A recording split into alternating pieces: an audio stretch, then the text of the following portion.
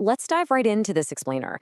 Imagine taking $15,000, throwing it into the stock market back in 2004, buying a few solid blue chip companies, and then doing something literally unbelievable. You do absolutely nothing. I mean, this investor didn't build a massive, complex spreadsheet. She just let life happen.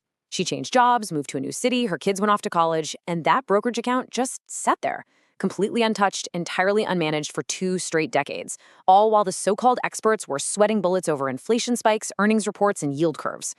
So after 20 years of this, who actually came out on top? Well, the answer is going to make you question basically everything you thought you knew about active investing. Let's compare two totally different types of investors. First, we've got Nathan. Now, Nathan is frantic. He's exactly the kind of guy the financial media absolutely loves, right? He's super active, he reads all the news, and he's constantly trading to quote-unquote manage risk. But then we have Grace. Grace is our prime example of elegant inaction. Picture her as this inspiring, highly professional Asian woman navigating a modern corporate world, just radiating this aura of elegance, trust, and ultimate financial freedom. She didn't panic sell during the 2008 crash, she didn't flinch during the 2020 pandemic, and she completely ignored the 2022 rate hikes. She just calmly held her assets and let time do the heavy lifting. On paper, Nathan looks incredibly sophisticated. And Grace, well, she kind of just looks like she got lucky. Section 1, the expectation reversal. Now, you really have to hear this explosive finding from an internal analysis done by Fidelity Investments. They went looking for the accounts with the absolute best performance over time, and what they found literally stopped people in their tracks. The highest returns? They belong to people who did absolutely nothing at all. And I mean that literally. The best portfolios belong to customers who had either completely forgotten they even had an account or who had unfortunately passed away. It wasn't the guys checking their phones every 5 minutes or aggressively rotating sectors. It was the people who were 100% absent from the process. And to put that into perspective, let's look at some fascinating academic research out of UC Berkeley. Professors Brad Barber and Terrence Odeen analyzed over 66,000 brokerage accounts. What did they find? A staggering difference of nearly $2 million in growth on a $100,000 portfolio over 2 decades. And that massive gap was based on just one thing: how often someone traded. Same starting capital, same 20-year timeline, but a gap of almost $1.9 million entirely dictated by the simple choice to trade more versus trade less. Crazy, right? When you really look at these numbers, it is breathtaking. Nathan's active risk management didn't protect him, it actively destroyed his value. The data shows the most frequent traders earned an average annual return of 11.4%. Not terrible, right? But the infrequent traders, the ones like Grace practicing that elegant inaction, they pulled in 18.5%. That means our frantic trader lagged a massive 7 percentage points behind our inactive investor every single year. Literally doing more work meant making significantly less money. All right, let's move into Section 2, 3 wealth-destroying mechanisms. So how exactly does doing more consistently lead to less? Well, think of your investment portfolio like a bucket of water. There are 3 specific mechanisms that act like holes in that bucket, and they relentlessly compound the damage over time. Mechanism number 1 is the transaction cost drain. Every single time Nathan moves money around, a tiny bit of water leaks out of his bucket. Every transaction comes with unavoidable spillage, right? You've got brokerage commissions, you've got bid-ask spreads.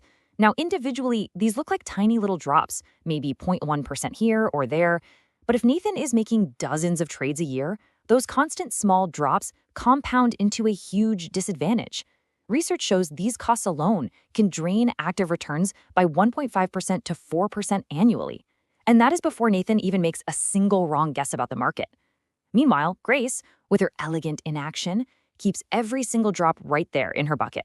Then we have mechanism 2, tax-deferred compounding. This is hands down the most powerful and honestly the least discussed advantage in all of investing. In most systems, you only get taxed when you actually sell and lock in a gain.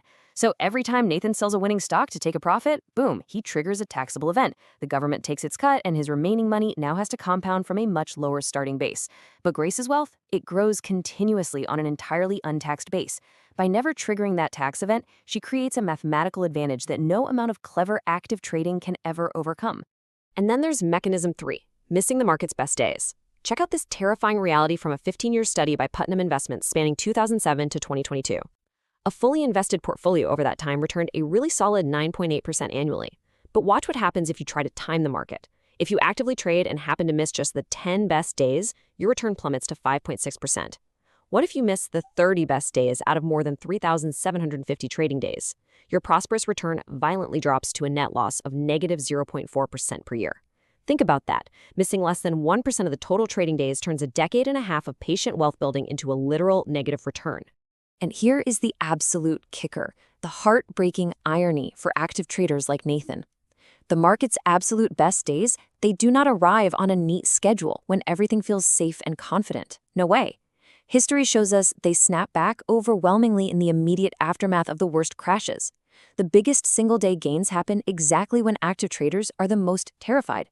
So when Nathan sells out of fear to protect his downside, he is perfectly positioning himself to completely miss the violent lucrative recoveries that always follow. Section 3. The Quality Asset Caveat. Now, to be totally intellectually honest here, we need to add a bit of context. The never sell rule isn't some kind of blind, foolproof magic. First off, it assumes long-term economic growth, much like we've historically seen in the US market. Secondly, it absolutely requires you to hold highly diversified, premium quality, fundamentally sound assets. We're not talking about holding on to speculative penny stocks forever. And third, there's a huge difference between strategic rebalancing and emotional selling. Periodic, pre-planned rebalancing to keep your asset allocation in check, that's totally fine. The real enemy here is reacting to fear and short-term market noise. The bar for actually hitting that sell button needs to be exceptionally high. Which brings us to Section 4, building your in-action strategy. So how do we actually implement Grace's stress-free, highly profitable system into our own lives? Well, you can get closer to true financial freedom by following 3 key steps. Step 1, put some serious friction between you and your sell button. Make selling inconvenient, so you're literally forced to pause, because that pause is exactly where impulsive, wealth-destroying decisions go to die. Step 2, create a strict, written selling policy in advance. Write down your exact exit rules right now before a panic hits so you aren't making choices based on pure fear later. And step 3, honestly track all your active decisions. Write down what you bought, what you sold, and exactly why you did it. When you review that list a year later, confronting your true success rate might sting a little, but it is exactly the hard data you need to finally stop overmanaging your money. I want to leave you with a really uncomfortable but absolutely crucial question. Is your portfolio suffering precisely because you are too busy managing it? You know, in investing, the absolute most expensive thing you can possibly do is stay busy. So just remember, sometimes the most elegant, sophisticated, and prosperous action you can take for your long-term wealth is no action at all. If to support the channel and subscribing with today. Thank you for being part of our community. See you in the next video.